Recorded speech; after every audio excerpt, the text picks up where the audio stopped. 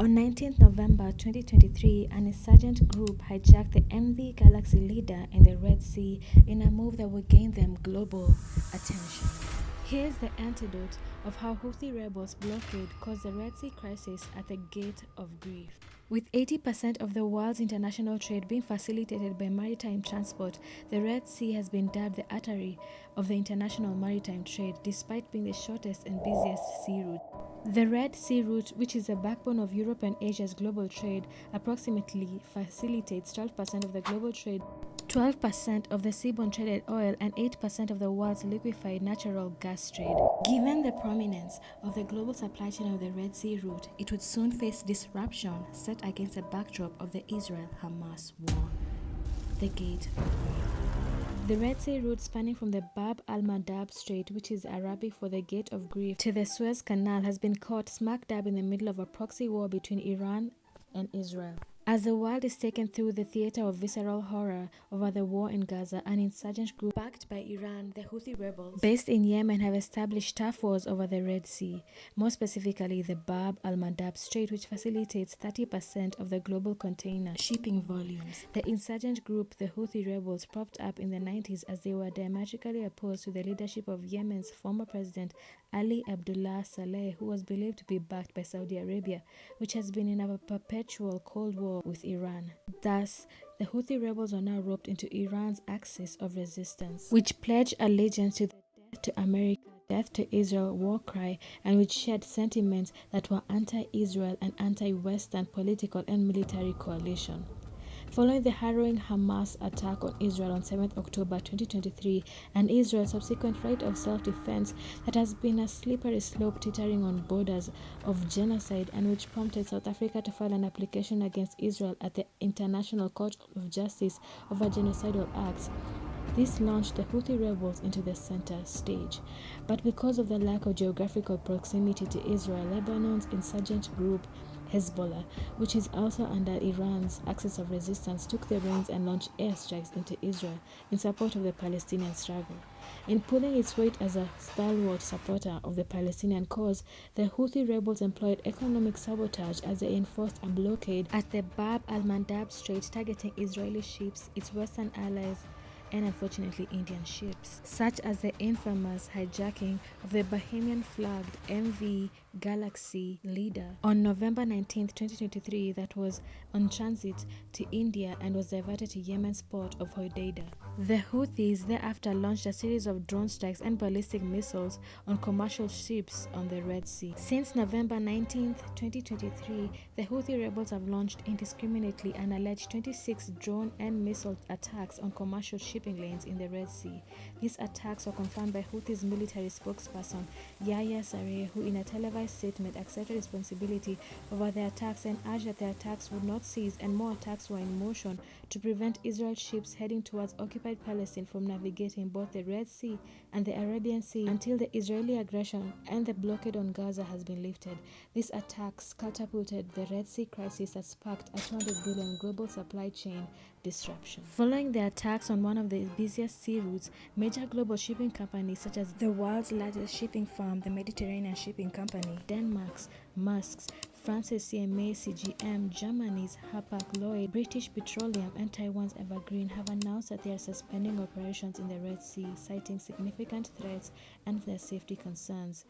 Moreover, the International Chamber of Shipping claims 20% of the world's container ships are now avoiding the Red Sea, diverting an alleged $200 billion worth of goods. It's been reported that the major shipping containers are amongst 100 other ships that are rerouting from the Red Sea to go around Africa through the Cape of Good Hope in South Africa, increasing the travel period to about 10 to 14 days. This rerouting has caused a boon for Southern African ports such as South Africa, which has seen an increase in demand for bunker calls, according to SA's Transnet Port Authority.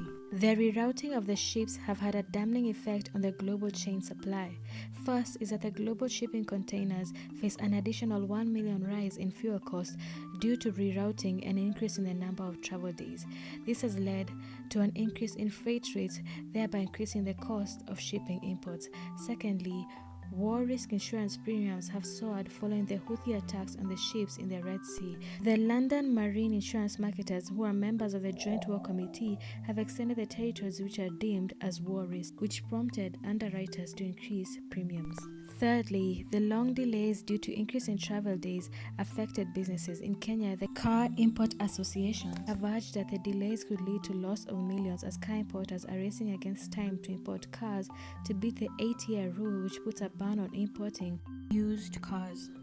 Fourthly, the most thrilling effect of the Houthi attack on the Red Sea is the consumer good inflation. With Europe seeking to end its dependence on Russia for oil and gas, the Red Sea route was deemed to be a breath of fresh air, as 12% of the oil and 8% of the liquefied gas and grain are transported to Europe through the Red Sea. These attacks will likely lead to an increase in consumer prices. Surprisingly, the Houthi attacks on the Red Sea have seen stock prices of the largest shipping containers soar as the mass shares were up by 15%.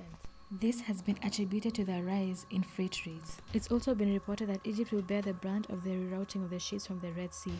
It's been alleged that Egypt made $9.4 billion in earnings last fiscal year due to the Suez Canal, which has proved to be an integral source of revenue for Egypt's economy. Media reports have attempted to paint a grim picture, claiming that if the current rerouting and persistent slow traffic in the Suez Canal persist, Egypt stands to lose $13 million a day. However, Suez Canal Authority has claimed that only 55 vessels have rerouted to the Cape of Good Hope.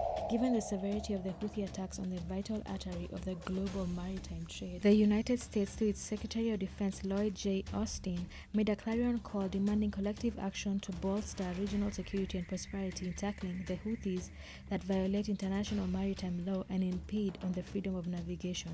In the clarion call, the Secretary of Defense established Operation Prosperity Guardian, which is under the auspices of the Maritime Forces and the leadership of the Task Force 153 that seeks to enforce security in the Red Sea.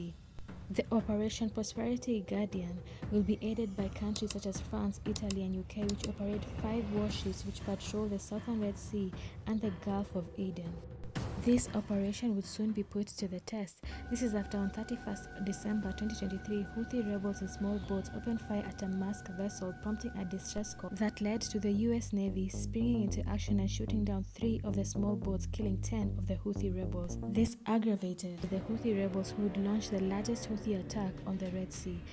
The rebel group orchestrated a complex attack which involved the use of 18 attack drones, 2 cruise missiles, and 1 anti-ship ballistic missile. The attacks targeted vessels on the Red Sea. This was confirmed by the Houthi military spokesperson, who claimed that the attacks were a coordinated offense targeting American ships aiding Israel, and also that the attacks were in retaliation for the killing of the 10 Houthis. However, in a concerted effort of the UK and US naval forces, using 3 US destroyers and 1 from the UK, the HMS Diamond, they shot down 18 drones, 2 cruise missiles, and 1 ballistic missile, thereby defeating the Houthi rebels. Since the establishment of the Operation Prosperity Guardian, normalcy seems to have resumed, as 1,200 merchant ships have traversed the Red Sea region with 0 incidences of drone or missile strikes. India has also entered the fray. This is after the Houthi rebels launched a drone strike on India's commercial ship, the MV Chem Pluto, and a further Gabon-owned commercial oil tanker MV Sai Baba, which was bound for India, which was also caught in the melee of the drone strikes. These acts of aggression prompted India to deploy allegedly 10 Navy ships to ensure the safety of the crew, fleet, and freight. Moreover, on 11th January 2024, the United Nations Security Council passed a resolution condemning in the strongest terms the over 24 attacks on international merchant and commercial vessels in the Red Sea, which undermine navigational rights and freedoms. The resolution also condemns the funding and provision of any arms to the Houthis in a bid to de-escalate the Red Sea crisis.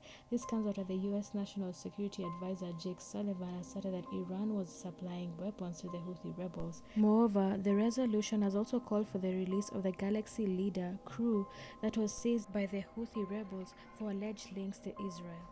However, Israel has actually dispelled this and claimed that the ship is British-owned and Japanese-operated. No sooner had the UN passed a resolution than the US and UK executed deliberate missile strikes on over 60 targets at 16 perceived Houthi locations. As military activity in the Red Sea escalates, only time will tell whether America's policy, "we don't negotiate with terrorists," with respect to a ceasefire in Gaza, will be a repeat of past mistakes.